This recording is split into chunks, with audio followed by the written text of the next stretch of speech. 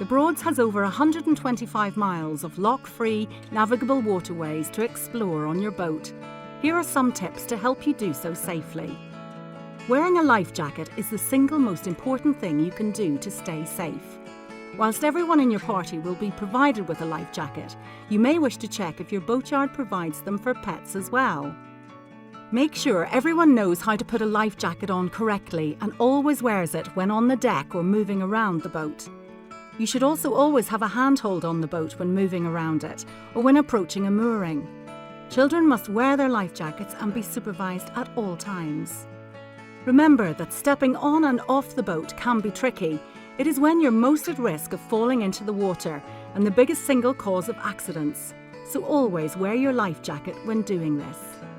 It's good to plan roles for everyone in your party. Who drives during trickier manoeuvres?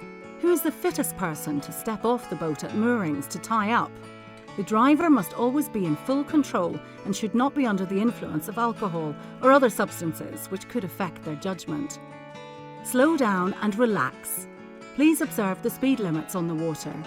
If there are waves behind your boat, you're going too fast. These waves can erode the riverbanks, disturb wildlife and rock or even capsize smaller boats such as canoes or paddleboards. You should drive your boat on the right-hand side of the river, about 6 feet away from the bank or between green and red marker posts or buoys which show the deeper channel in shallow waters. Yellow marker posts indicate that there is a hazard in the water to avoid.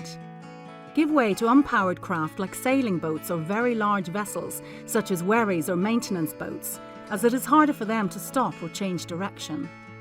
Boats using sails will often be tacking from one side of the riverbank to the other to keep the wind in the sails.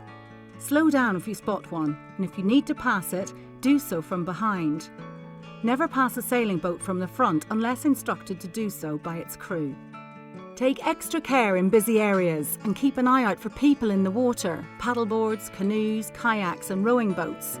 Pass them slowly with as much room as possible. We do not recommend swimming in the Broads unless part of an organised swimming event. The water can be very cold even in the summer, and there are many hazards including deep and fast-flowing currents, mud and obstructions such as tree roots. Never enter the water to swim from your boat, however tempting it can be in the summer.